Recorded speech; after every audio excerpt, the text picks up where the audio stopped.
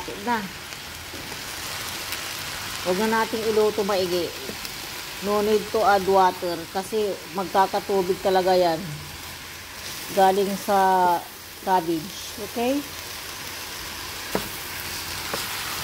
Yan. Malapit na ang maluto. Magbabalot na tayo para sa ating lumpia. So, ito na po tayo, mga amigas amigos. Magbabalot na po tayo ng lumpia. So, yung tamang-tama lang po na ilagay natin dito sa wrap because malaki rin yung pangbalot natin. Kaya dagdagan natin ng gulay. Yung tamang-tama lang po. Yung kahit isang piraso, ibusog ka na. Ganun yun. So, ganito yung ginagawa ko. Ayan, i-fold ko na. Tapos, hindi na kailangan ang itlog para isarado mo yan. So, kunin mo yung papel, ganito, tapos ibalot mo at i-roll na naman para hanggang sa pag-stack ng ilalagay natin sa ref ito. Ayan, bilog na bilog, diba? Your hands! Talagang ang ganda ng pagkahil niya. So, yan po ang aking ginagawa palagi pag gumagawa ko ng lumpia. Ayan po, oh. Ganito po ang aking ginagawa. So, hindi yan masisira yung pinambalot natin at matibay talaga siya. Kasi may suporta siyang papel. So, ito po mga amigas, magluluto tayo ng ilan para ating matikman ang ating ginawang lumpia.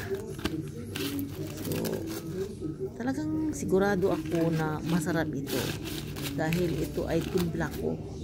So, bihira nga pala akong bumibili ng lumpia kung iba ang gumawa. Ayan po. So, magprito na tayo.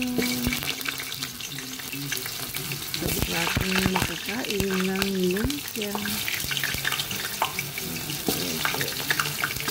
Tapos dapat kung mag-prepare ka talaga yung mainit na ang mantika. Saka mo ilagay yung lumpia. Tapos bawasan yung apoy para hindi siya maluto agad. Diba? Yung kanyang wrap. Yan po, dapat brown lang ito. Ayan po. Wow. Ito. Tama-tama lang yung kanyang kulay. Gusto ko pong gamitin lang ito yung tiridor access para dito sa pagluluto ng lumpia para makuha agad at mabaliktad agad. So, ayan na po mga amigos. Malapit na tayo makakain ng lumpia. Masarap. So, paano yan mga amigos? Maraming salamat po sa inyong mga suporta kay Amiga. God bless us all and I love you all guys. Thank you sa inyong lahat ng amigos. Ito na po tayo kakain ng lumpiang masarap. Ayan po. Dito lamang yan. So, ayan, nakahain na po. Ready to eat na. God bless us all. And bye-bye. Maraming salamat.